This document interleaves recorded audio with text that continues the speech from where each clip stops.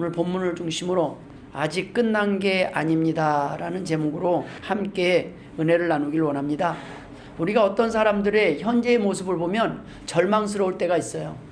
그러면 우리는 아유 끝났어, 아유 이제는 가망이 없어, 아유 뭐 기도 안들 되겠어, 우리는 이렇게 판단을 합니다. 근데 예수님께서는 지금도 십자가상에서 아버지여 저들의 죄를 용서하여 주옵소서, 아버지여 저에게 잃어버린 자녀의 권세를 회복시키시고 하나님이 원하시는 그 기쁨을 회복시켜 주옵소서, 하나님은 기도하고 계십니다. 성탄절이 얼마 남지 않았습니다. 오늘 본문의 내용은 보통 언제예요? 고난주간에 하거나 부활절에 다루는 본문입니다. 많이 언급하는 본문이에요. 그런데 여러분, 성탄절을 이해하기 위해서는, 성탄절이 왜 기쁜 날인지 알기 위해서는 오늘 본문의 내용을 정확하게 알고 이해해야 한다는 말씀입니다. 지금 성탄절은 십자가 없는 성탄절, 십자가의 의미를 모르는 크리스마스로 변질되고 있습니다. 왜 성탄절이 기쁜 날입니까? 바로 우리의 죄값을 대신 치르기 위해서, 우리에게 그 잃어버린 소망을 되찾게 해주시기 위해서 오셨기 때문에 기쁜 날이라는 겁니다. 그것을 믿는 자에게는 능력이지만 믿지 않는 자에게는 여전히 절망 속에서 살 수밖에 없어요. 왜요? 우리는 사형 선고 받은 사람들이기 때문에요. 우리는 그 누구도 죽음을 향해서 가고 있다는 거예요. 누가 먼저 갈지도 몰라요. 그러나 모두가 아는 것은 우리는 죽는다는 사실이에요. 죽을 수밖에 없는데 어느 누가 사형 선고 받고, 요즘은 사형수들도 형 집행을 안 해요. 그런데 그분들이 거기에 앉아 있어서 마음이 편하겠습니까? 언제 오늘 사형 집행합니다, 사형 집행 명령이 언제 떨어질지 몰라서 마음이 조마조마하고 그 안에 있는데, 밖에 있는 우리는 괜찮은 척. 근데 여러분, 감옥 안에 있는 사형수보다 지금 먼저 불려간 사람들이 얼마나 많이 있어요. 지금도 장례식장 가봐요. 언제인지 모르고. 여러분, 더 놀라운 것은 장례식장보다도요, 납골당에 가보세요. 쫙 있는데 나이가요, 젊은 사람들, 어린아이부터 정말 젊은 사람들이 많아요. 우리가 모를 뿐이고 우리가 못 볼 뿐입니다. 하나님은 모든 인류에게, 이 절망 가운데 살아가는 인류들에게 소망을 주시기 위해서 이 땅에 오셨다는 말씀입니다. 너희들의 죽음이 끝이 아니다, 끝이라고 생각하니까 우리는 막 살거나 에이 뭐 어차피 끝난 거 망쳤다고 생각하면 아이들이 그림을 그리다가 찢어버려요, 구겨버려요. 그림을 다시 그려보고 싶거든요. 새 종이를 원해요. 왜요? 망쳤다고 생각하니까 꾸기는 거예요. 근데 그 망친 그림을 누구의 손에 붙잡힌 바 되느냐에 따라서 망친 그림이 기가 막힌 명화로 드러날 수 있는 거예요. 누구의 손에 붙잡혔느냐. 그 사람이 예술가의 손에 탁 붙잡히면 손만 잡고 있어도 망쳤던 그림이 되살아납니다. 명화가 돼요. 수십억짜리 그림이 될 수 있다는 말씀입니다. 여러분, 누구에게 붙잡힌 바 되느냐에 따라 우리가 달라지는 거예요. 우리의 인생에, 우리 삶의 가치가 달라지는 거예요. 그렇지 않으면 그저 한쪽 나라의 한쪽 구석에 태어났다가 조용히 사라지는 별 볼 일 없는 존재에 불과하다는 거예요. 뭐 대단한 것 같다고 왜 이름을 남기길 원해요? 우리가 별 볼 일 없다는 것을 알기 때문에 그래요. 이렇게 죽기에는 너무 억울해요.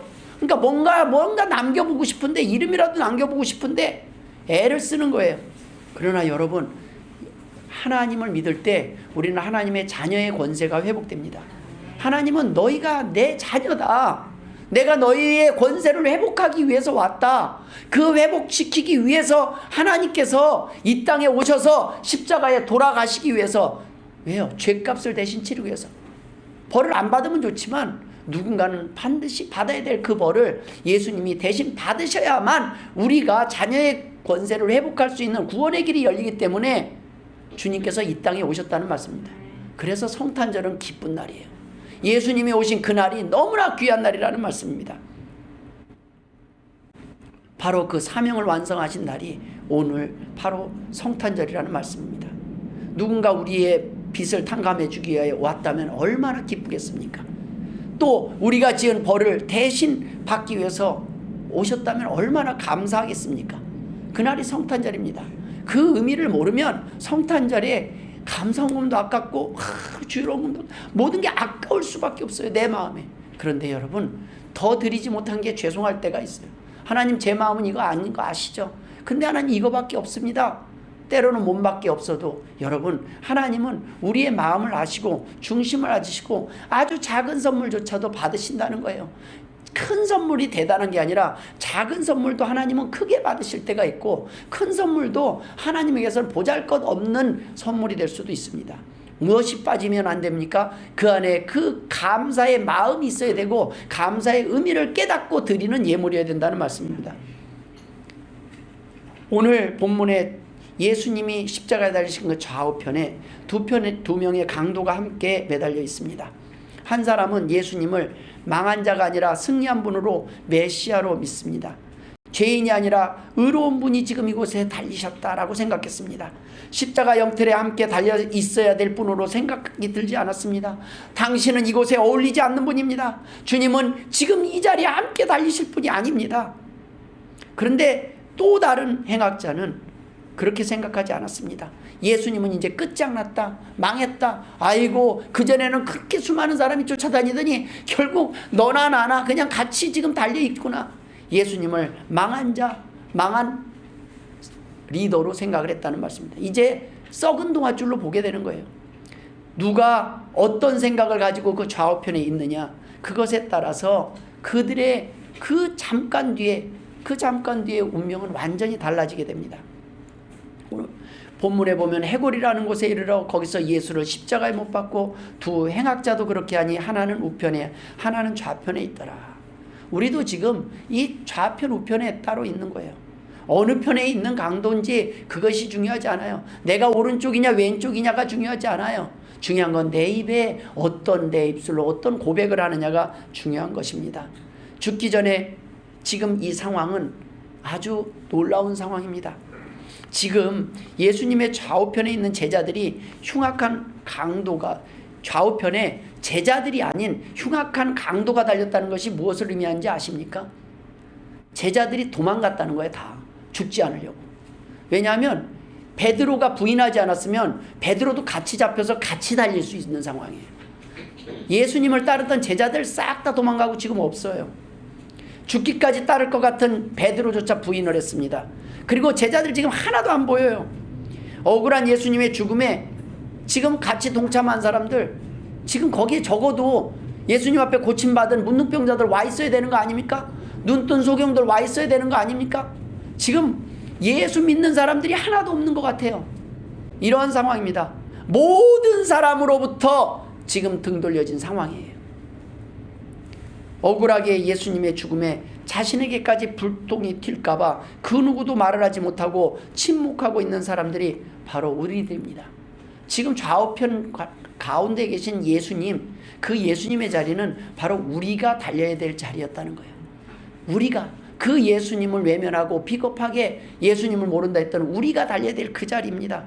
십자가 가운데 자리는 예수님의 자리가 아니라 우리들의 자리였는데 예수님이 대신 달리신 거예요. 대신 못 박히셨어요. 그래서 예수님의 은혜가 큰 겁니다. 그 자리에 못 박히신 것은 바로 우리의 죄 때문이지 예수님의 죄 때문이 아니라는 겁니다.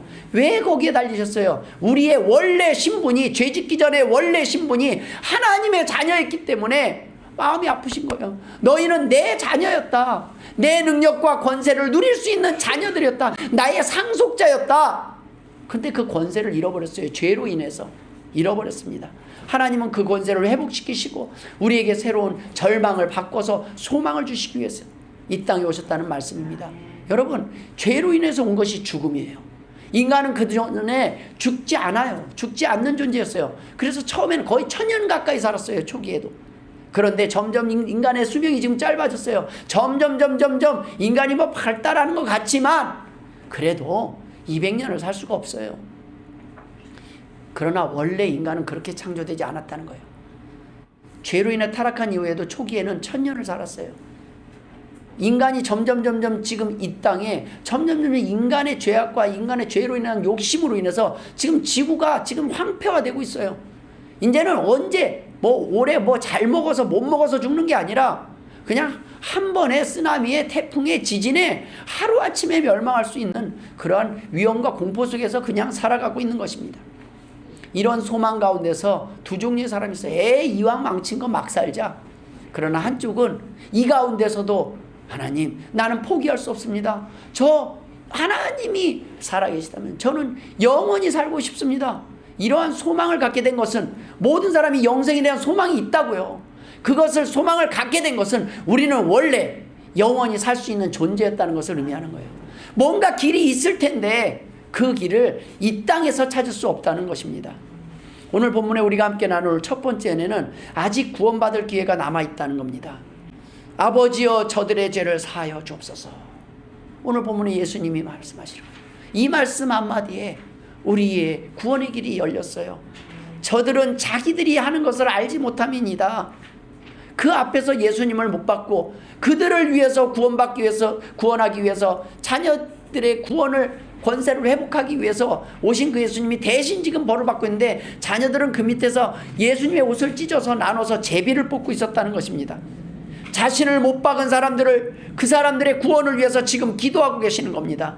그들이 깨닫고 돌아와 구원받기를 원하시는 겁니다. 지금도 구원의 길이 열려 있다고 주님은 말씀하고 계시는 겁니다. 그 십자가에서 주님은 제자를 포함한 모든 인간들의 죄악을 사하여 달라고 기도하십니다. 예수님을 못 박은 사람들은 로마 군병이 아니라 실제는 그 누구보다도 하나님을 잘 믿는다고 생각하는 유대인들이었습니다. 어떻게든 빌라도는 예수님을 그냥 시끄러운데 복잡한데 밀란이 일어날까봐 두려워서 할 수 없이 유대인들이 원하는 대로 해줬을 뿐이지 빌라도조차 처벌하기를 원치 않았었어요. 처음에는 예수님의 죽음에 아무 말도 못하고 침묵하고 있었던 사람들이 누구였습니까? 제자들이었습니다. 주님은 아셨습니다. 제자들은 부활하신다는 주님의 말씀을 들었지만 아직은 경험하지 못했습니다. 믿지 못했습니다. 부활하셨다는 소식을 듣고도 도마는 못자국을 만져보기 전에는 믿을 수 없다고 말했습니다. 바로 이런 모습이 우리의 모습이에요. 주님 눈으로 보기 전에는, 증거를 주시기 전에는 내가 하나님을 믿을 수 없습니다. 따를 수 없습니다. 순종할 수 없습니다. 그래서 증거를 주시면 순종합니까?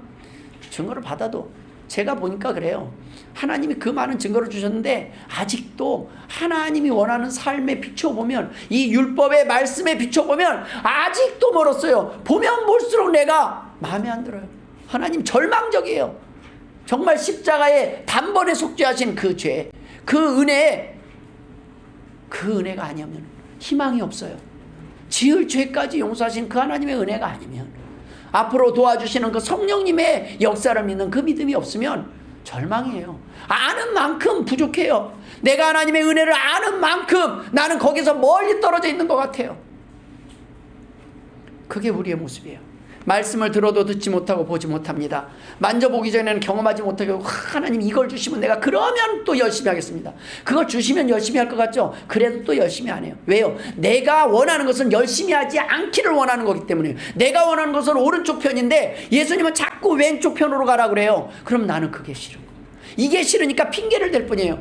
그래서 아이들이 하는 거랑 똑같아요. 이거 해주면 공부할게. 해줘요. 그럼 또 하나 또 얘기해요. 그럼 저것도 해주면 공부할게. 계속 해줘도 아이는 공부를 하고 싶지 않아요. 그러니까 계속 공부를 안 하는 거예요. 근데 공부하고 싶은 아이는요, 반대로 얘기를 합니다. 엄마, 내가 공부하면 뭐 해줄 거야? 내가 공부하면 뭐 해줄 거야?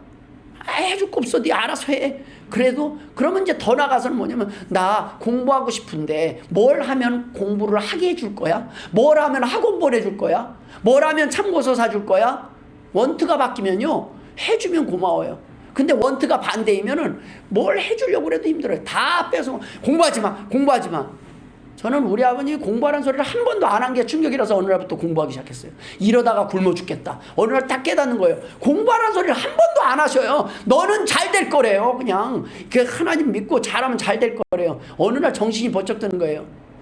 어느 날 정말 내가 아무것도 안 하고 잘할 수 있는가. 공부가 별거 아니더라고요. 책을 보면 알게 되고, 책을 뭐 공부 간단해요. 도서관 가니까 너무 책이 많은 거예요. 저의 선생님이 그냥 너무 많은 거예요. 책 한 권을 뛸 때마다 얼마나 많은 지식들이 들어오는지, 책 읽는 게 너무너무 좋은 거예요. 책 속에 내가 알고 싶은 모든 것들이, 이야기들이, 궁금한 것들이, 재밌는 것들이 너무너무 많이 있는 거예요.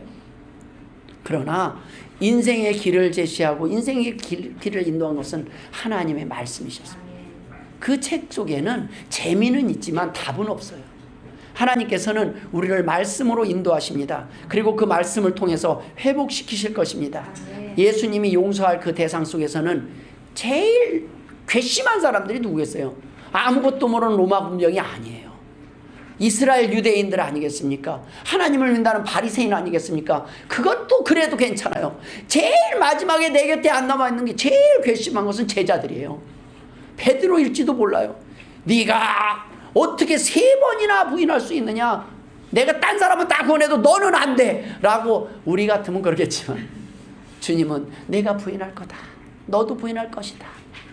베드로는 그 자신이 어떻게 무너질지 알면서도 버리시지 않는 그 예수님의 은혜, 하나님의 사랑을 깨닫고 난 뒤에야 주님을 위해서 거꾸로 십자가에 못 박혀 죽을 수 있었습니다.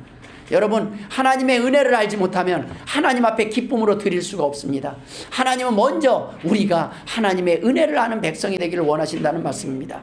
그렇지 않을 때는 이 모든 사람들이 무엇을 하고 있었습니까? 말해야 할 때 말하지 아니하고 침묵하고 구경만 한 죄, 외쳐야 할 때 외치지 못한 죄. 오늘 본문에는 이렇게 기록되어 있어요. 백성은 서서 구경하는데 관리들은 비웃어 이르되 저가 남을 구원하였으니 만일 하나님의 택하신 자 그리스도이면 자신도 구원할지다 하면서 조롱을 해요. 백성이 서서 이분은 죄가 없는 분입니다. 이분은 나를 구원한 분입니다. 이분은 나를 사랑하신 분입니다. 내가 배고플 때 먹이신 분입니다. 이렇게 말하는 사람이 하나도 없이 구경만 하고 있었어요. 마태와 마가는 지나가는 사람들까지도 예수님을 모욕하며 조롱한 것으로 묘사하고 있습니다. 여러분, 이 땅에 우리가 나중에 심판을 받을 때 하나님 앞에 나는 아무 짓도 하지 않았습니다. 그 가만히 있었다는 것, 그것이 죄라고 분명히 성경 기록하고 있어요. 한 달란트 받은 사람처럼 우리는 이 땅에 태어난 것이 사명 없이 태어난 사람이 없는데 너는 그저 아무것도 안 했느냐? 그것이 죄가 되겠다. 어떻게 아무것도 안 할 수가 있느냐? 나를 아는데 무언가를 하게 돼 있다는 말씀입니다. 아무것도 안 할 수가 없다는 거예요. 사랑하면 사명을 저버리고 사명을 외면하고 아무것도 안 한 것이 죄라는 말씀입니다. 교회에도 일꾼이 있고 구경꾼이 있습니다. 구경꾼이 되어서는 안 된다는 말씀입니다. 성경에는 보다 적극적으로 기록하고 우리에게 권면하고 있어요. 야고보서 4장 17절에는 그러므로 사람이 선을 행할 줄 알고도 행하지 아니하면 죄니라. 우리는 말씀을 들으면 무엇이 선인지 알아요. 그런데 그게 잘 안 돼요. 용기가 없어서 구경만 하고 있을 때도 있습니다. 외면할 수도 있습니다. 우리는 그러한 것이 죄라는 건 알아야 회개를 하지 않겠습니까? 우리가 용기가 없어서 못할 수도 있어요. 뭐 어떻게 다 용기를 내서 말합니까? 두려워서, 무언가 두려워서 그런 오른편에 서지 못할 때도 있어요. 그러나 적어도 그것이 죄라는 건 알아야 된다. 회개는 해야 된다. 하나님 잘못했어요. 다음에는 나에게 용기를 주옵소서. 감당케 하옵소서. 우리는 악을 행하지 않으면 죄가 아니라고 생각하고 살아갈 때가 있습니다. 그러나 죄라는 것입니다. 아무것도 하지 않은 죄, 구경만 하고 있는 죄, 해야 될 일을 외면하고 있는 죄, 그것 또한 죄라는 겁니다. 하나님께서는 우리를 이 땅에 태어나게 하신 이유가 아무것도 하지 않고 살아가라고 보내신 것이 아니기 때문입니다. 참새 한 마리도 들풀조차도 사명이 있기에 하나님께서 먹이시고 입히시는데 하물며 내가 너희들을 입히시지 않겠느냐, 내가 너희들을 지키지 않겠느냐라는 말씀입니다. 먹을 것, 입을 것, 살고 죽는 것을 걱정하지 말고 사명을 잊어버린 것, 사명을 감당하지 못한 것을 돌아보라는 말씀입니다. 마태복음 6장 30절에 오늘 있다가 내일 아궁이에 던져지는 들풀도 하나님이 이렇게 입히시거든 하물며 너희일까 보냐, 하물며 내가 사랑하는 너희들일까 보냐, 내가 너희들을 위해 십자가에 달릴 정도로 사랑하는데 그렇게 사랑하는 너희들일까 보냐. 이 믿음이 작은 자들아, 하나님은 그 십자가에서조차 하나님 우리 자녀들에게 조금만 더 기회를 주십시오. 아직은 어려서 그렇습니다. 아직은 몰라서 그렇습니다. 아직은 저들이 하나님의 은혜를 경험하지 못해서 그렇습니다. 주님은 오늘도 탄식하며 기도하고 계신다는 말씀입니다. 하나님의 교회가 회복되기를 원하시고 오늘도 십자가상에서 그 피를 흘리시면서 우리를 위하여, 우리가 하나님을 만나지 못하고 어리석게도 이 땅에 연연하면서 두려워하면서 살아가는, 하나님의 놀라운 능력을 믿지 못하고 두려움 가운데 살아가는, 걱정 가운데 살아가는 우리를 보고 안심하라고 오늘도 권면하고 계시는 겁니다. 그런 하나님의 은혜 앞에 오늘 본문 36절에는 이런 기록이 있습니다. 군인들도 희롱하면서 나와 신포도주를 주며, 군병들이 예수님께 신포도주를 준 사실은 하루 전날 밤부터 물 한 모금 입에 대지 못하신 예수님을 조롱하기 위한 목적으로 씌어서 먹기 힘들 정도로 신포도주를 준 겁니다. 갈증을 해소하기 위해서 준 게 아니라 먹지도 못할 포도주를 주는 거예요. 우리로 치면 썩은 포도주, 상한 포도주를 주는 거예요. 우리가 주님을 위해 무엇을 하는 것 같지만 귀한 것을 주님 앞에 드리는 것이 아니라 우리에게 쓸모없는 것, 필요 없는 것, 가치 없는 것을 드릴 때가 있지 않습니까? 그런 것과 같다는 거예요. 사실 이스라엘 백성들이 여호와 하나님께 그러한 것들을 드리고 있었습니다. 안 드릴 수는 없고 드리기에는 아깝고 그러니 마시지도 못할 포도주를 드리는 것처럼 쓰지도 못할 것들을 예물이라고 하나님 앞에 가지고 나왔었습니다. 버리기에는 아까워서 마지못해 드리는 예물을 하나님께서 기뻐하시겠습니까? 미국에서는 자선사업에 낸 기금에 대해서 절세 혜택이 크기 때문에 성공한 많은 사람들이 기부를 하는 문화가 자연스럽게 정착되었습니다. 물론 억지로라도 하는 것이 안 하는 것보다 낫다고 생각할 수 있지 않겠습니까? 그러나 아니라는 것입니다. 하나님은 없어서 부족해서 예물을 요구하시고 예물을 받으시는 분이 아니시기 때문입니다. 우리가 무엇을 잘해서 지금까지 먹여주셨습니까? 우리가 똑똑해서 날 때부터 빈손으로 왔는데 지금까지 하나님이 보호해 주셨습니까? 아니, 그럼 먼저 부른 자는 우리보다 그렇게 악하게 살아서 하나님이 먼저 부르셨습니까? 하나님께서는 복의 근원이시고 모든 것을 공급하시고 결정하시는 분입니다. 그것을 인정할 때 이 땅에 살아가는 동안 기쁨과 감사가 넘칠 수 있어요. 그때 드려지는 예물이, 하나님을 인정하는 예물이 기뻐하시는 예물입니다. 레위기 22장 22절에 너희는 눈먼 것이나 상한 것이나 지체에 배임을 당한 것이나 종기 있는 것이나 습진 있는 것이나 비루 먹은 것을 여호와께 드리지 말며, 이런 것들을 제단 위에 화제물로 여호와께 드리지 말라, 이렇게 기록하고 있습니다. 무슨 얘기입니까? 이런 사람들이 있었다는 겁니다. 말라기 1장 8절에는 만군의 여호와가 이르노라 너희가 눈먼 희생제물을 바치는 것이 어찌 악하지 아니하며 저는 것 병든 것을 드리는 것이 어찌 악하지 아니하냐. 이제 그것을 너희 총독에게 드려보라. 그가 너를 기뻐하겠으며 너를 받아주겠느냐. 여러분, 우리가 하나님 앞에 드리는 모든 예물들이 마찬가지입니다. 어떤 사람에게는 1,000원이 만원보다 100만원보다 귀한 것일 수 있어요. 그런데 어떤 사람은 동네 개한테도 안 주는 돈일 수도 있어요. 내 집 강아지한테 쓰는 돈만도 못할 수가 있어요. 하나님이 그것을 보시고 어떻게 생각해? 그걸 너희 총독에게 한번 너희가 1,000원 해갖고 부조해보라, 이런 거예요. 어떻게 보겠냐. 그러나 어떤 사람은 혼자 살기도 힘들어요. 그런 사람은 1,000원이 아니라 빈 봉투만 내도 우리는 기뻐하지 않겠습니까? 자리만 차지하고 있어도 귀하지 않겠습니까? 하나님은 아신다는 거예요. 주님께 드린다고 하면서도 마시지도 못할 것을 드리며 도리어 주님을 조롱하는 로마 군병들과 같은 사람들이 오늘날도 있다는 말씀입니다. 제가 인터넷 기사 가운데 이런 기사를 읽었어요. 택배 기사분들이 제발 유통기간 지난 음료수 좀 주지 말라고, 그런 기사가 떴어요. 주는데 유통기간 다 지난 거를 주는 거예요. 좋은 걸 주는 게 아니라 그냥 개한테 줄까 사람한테 줄까 고민하다가 줘버리는 거예요. 근데 그걸 몇 번 받아먹다 보니까 속에 탈나고 막, 그러니까 제발 주지 말라는 거예요. 그런 거 주는 거. 여러분, 우리가 이 땅에서 사람에게도 주면 안 되는 것들이 있습니다. 하나님 앞에 그런 것들을 가지고 오는 것을 하나님이 기뻐하시지 않는다는 거예요. 드려서 기쁘게 하기 위함이 아니라 주님께 먹을 수 없는 것을 주어서 고통을 더 가중시키고 수치스럽게 하려는 것이 신포도주를 주님 앞에 드린 목적이었습니다.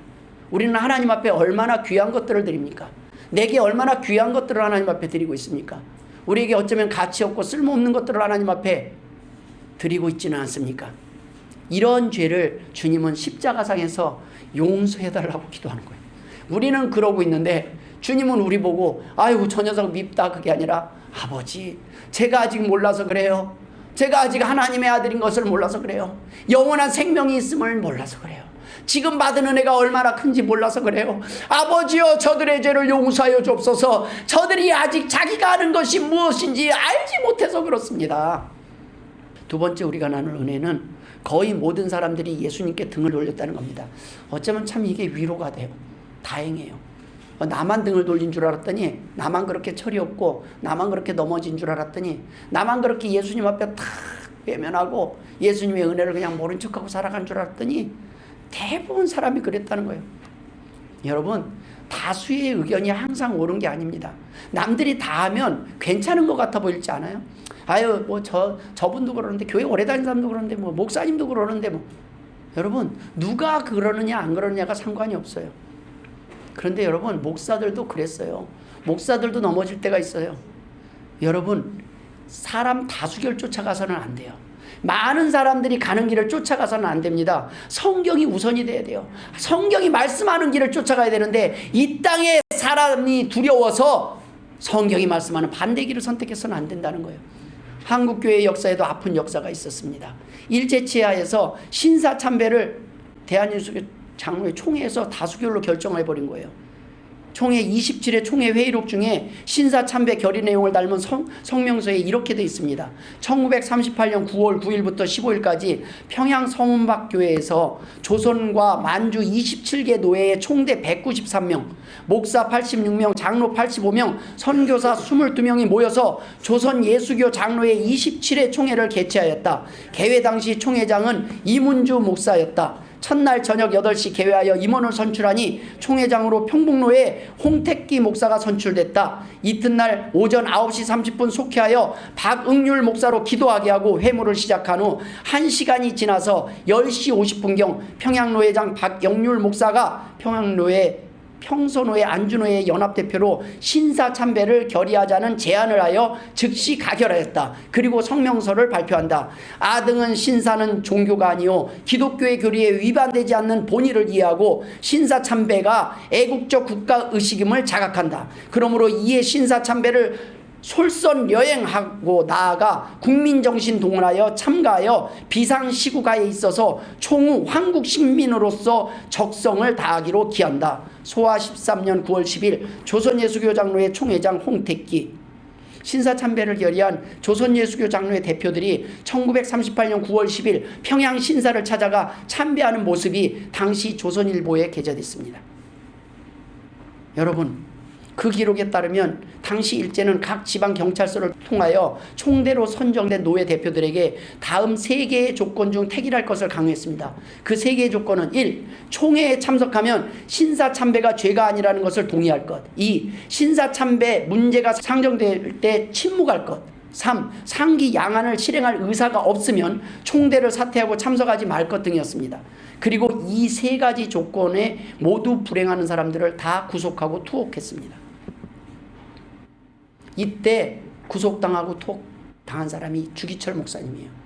주기철 목사님은 신사참배 안 하겠다는 그걸로 잡혀 들어가서 감옥에 들어갔어요. 안희숙 선생님도 그렇습니다. 손양호 목사님도 그렇습니다. 어떻게 하나님의 말씀을 내가 아는데 내가 신사에 참배할 수 있느냐? 내가 어떻게 귀신에게 절을 할 수 있고 내가 어떻게 하나님 아닌 다른 사람에게 절을 할 수 있겠느냐?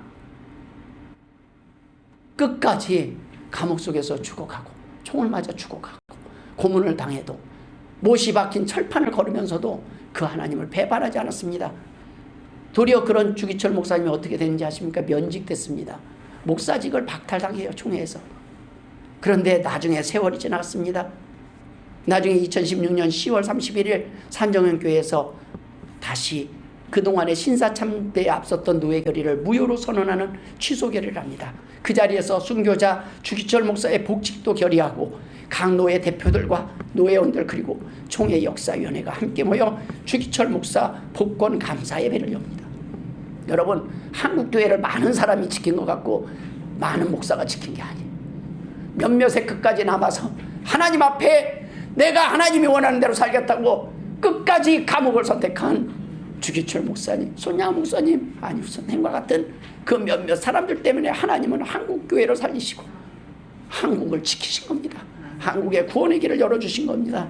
하나님께서는 오늘 본문 속에서 십자가에 달리셨을 때 베드로는 부인하였고 제자들은 도망하였고 많은 사람들이 침묵하였으며 모여드는 군중들의 대다수가 예수님을 비방할 때 이런 분위기 속에서 본문 속에 단 한 사람만 예수님 편을 선택을 해요. 한편 강도가 그래요. 그리고 옆에서 예수님을 마지막에 야 너가 예수님 하나님의 아들이라며 그러면 우리 좀 구원해봐. 아니 우리는 안 구원해도 너라도 구원해서 내려가 봐라. 한편 강도는 조롱을 해요. 그런데 한편 강도가 그 강도를 꾸짖습니다. 야 우리는 우리 죄 때문에 여기 달렸지만 이분은 그런 분이 아니야. 그 사람을 꾸짖어요.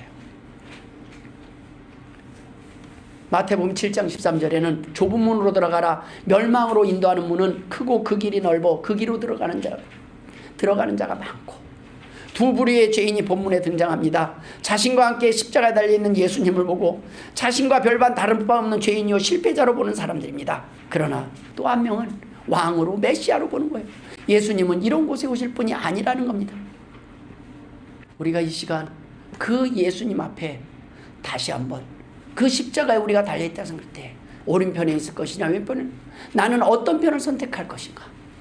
하나님은 오늘도 우리가 오른편을 선택하길 원합니다. 하나님 나도 오늘 용서받고 낙원에 있을 수 있겠습니까?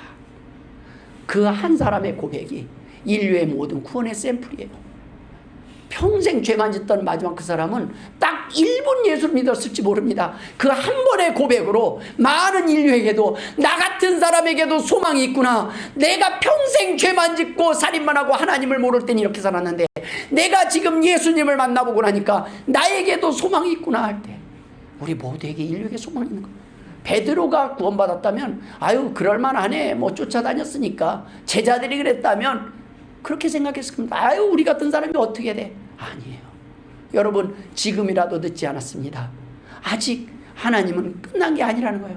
우리의 생명을 불러가시기 직전까지 하나님은 우리에게 오늘도 애타게 아버지여 저들의 죄를 용서하여 주옵소서. 내가 오늘 나와 함께 낙원에 있으리라. 하나님은 이 말씀을 하시길 원하신다는 겁니다. 기도하겠습니다. 하나님 아버지 은혜를 감사드립니다. 우리에게 주어진 기회의 시간을 놓치지 말게 하여 주옵소서. 아직 끝난 게 아닙니다. 아직도 하나님은 우리를 포기하지 않으셨습니다. 기다리고 계십니다. 하나님 아버지 하나님 앞에 기회 있을 때 돌아오게 하여 주옵소서. 헌신하게 하여 주옵소서. 감사하며 예수님의 이름으로 기도드리옵나이다. 아멘.